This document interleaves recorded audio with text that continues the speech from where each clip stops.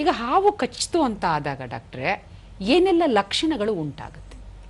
ನೀವು ಹೇಳಿದ ಹಾಗೆ ಫಸ್ಟ್ ಕಚ್ಚಿದಾಗ ನಮ್ಮಲ್ಲಿ ಗಾಬರಿ ಆಗಿಬಿಟ್ಟು ಹಾರ್ಟ್ ಅಟ್ಯಾಕ್ ಆಗೋ ಚಾನ್ಸಸ್ ಇರುತ್ತೆ ಅಂತ ಹೇಳಿದ್ರಿ. ಇದು ಬಹಳ ಕೆಲವು ಪ್ರಕರಣಗಳೇ ಆಗಿದೆ. ಹಾರ್ಟ್ ಅಟ್ಯಾಕ್ ಆಗಿಲ್ಲ ಅಂದ್ರೂ ತುಂಬಾ ಗಾಬರಿ ಆಗ್ಬಿಟ್ಟು ಅವರು ತುಂಬಾ ಸುಸ್ತಾಗಿ ತುಂಬಾ ಬೇರೆ ಬೇರೆ ರೀತಿಯಾಗಿ ತುಂಬಾ ಬೇರೆ ಬೇರೆ ರೀತಿಯಾಗಿ ನಮ್ಮಲ್ಲಿ ವರದಿಯಾಗಿರುತ್ತೆ.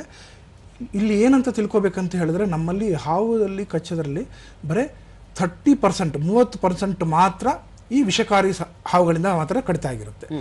ಆ 30% ಅಲ್ಲೂ ಕೆಲವು ಸರಿ ಡ್ರೈ ಬೈಟ್ ಅಂತ ಹೇಳ್ತೀವಿ. ಏನಾಗಿರುತ್ತೆ, ಫಾರ್ ಎಕ್ಸಾಂಪಲ್ ಇನ್ನು 4 ಬಿಗ್ ಸ್ಪೇಷಿಯಸ್ ಅಥವಾ ಬೇರೆ ವಿನೋಮಸ್ ಸ್ನೇಕ್ಸ್ ಅಥವಾ ವಿಷಕಾರಿ ಹಾವುಗಳಂತ ಏನಂತ ಹೇಳಿದೆ, ಆ ಹಾವು ನಮ್ಮಲ್ಲಿ ಕಚ್ಚಿದ್ರೂ ವಿಷ ಬಿಟ್ಟಿರೋದಿಲ್ಲ, ಆವಾಗ ಡ್ರೈ ಬೈಟ್ ಆಗಿರುತ್ತೆ.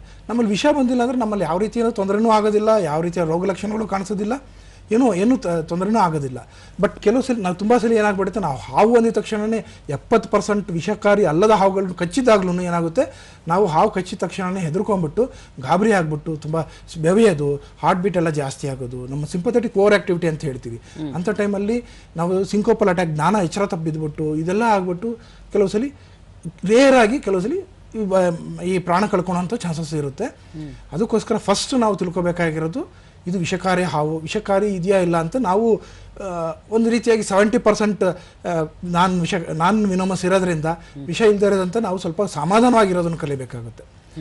ಅದು ಬಿಟ್ಟು ನೀವು ಹೇಳಿದಂಗೆ ಲಕ್ಷಣಗಳು ಬರಬೇಕಂತ ಹೇಳಿದ್ರೆ ಇದರಲ್ಲಿ 4 ರೀತಿಯಾಗಿ ನಮ್ಮ ಲಕ್ಷಣಗಳು ಬರುತ್ತೆ. ಒಂದು, ಕಚ್ಚಿದ ಜಾಗದಲ್ಲಿ ಲೋಕಲ್ ಸಿಂಪ್ಟಮ್ಸ್ ಅಂತ ಹೇಳ್ತೀವಿ, ಅಲ್ಲಿ ಊತ ಬರ್ಬೋದು ಅಥವಾ ರಕ್ತಸ್ರಾವ ಆಗ್ಬೋದು.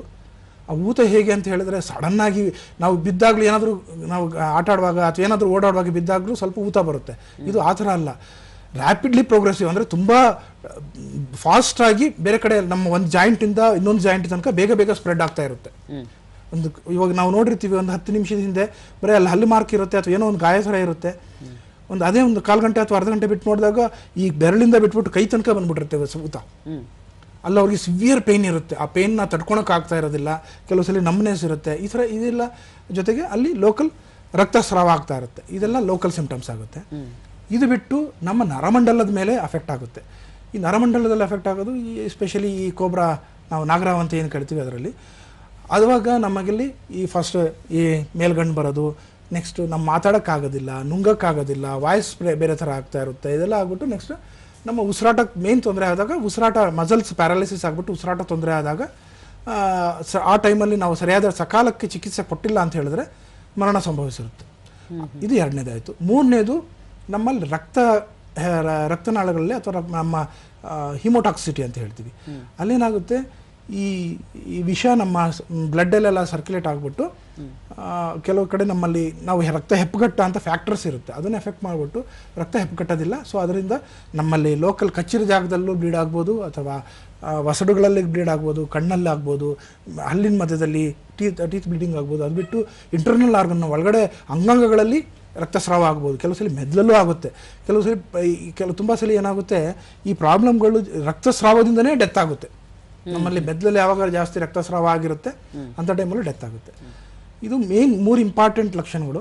ಇನ್ನೊಂದು ಮಯೋಟಾಕ್ಸಿಟಿ ಅಂತ ಹೇಳ್ತೀವಿ, ಅಂದರೆ ನಮ್ಮ ಮಾಂಸಖಂಡದ ಮೇಲೆ ಸ್ವಲ್ಪ ವೀಕ್ ಆಗೋದು, ಪೇಯ್ನ್ ಬರೋದು, ಅದು ನೋವಿರೋದು ಅಂಥದ್ದು. ಅದೆಲ್ಲ ಬರೀ ಆದಷ್ಟು ಸೀ ಸ್ನೇಕ್ ಅಥವಾ ನಾವೇನು ಸಾಗರದಲ್ಲಿ ಅಥವಾ ಸಮುದ್ರದಲ್ಲಿ ಕಾಣಿಸ್ತೀವಿ ಅಂಥ ಕಡೆ ಆ ಹಾವುಗಳಲ್ಲಿ ಈ ಮಯೋಟಾಕ್ಸಿಟಿ ಬರುತ್ತೆ, ಮಾಂಸಖಂಡದ ಮೇಲೆ ಪರಿಣಾಮ ಬೀರೋಂಥದ್ದು. ಇದಿಷ್ಟು ಮೇನ್ ಇಂಪಾರ್ಟೆಂಟಾಗಿ 4 ರೀತಿಯಾಗಿ ಲಕ್ಷಣಗಳು ಬರುತ್ತೆ.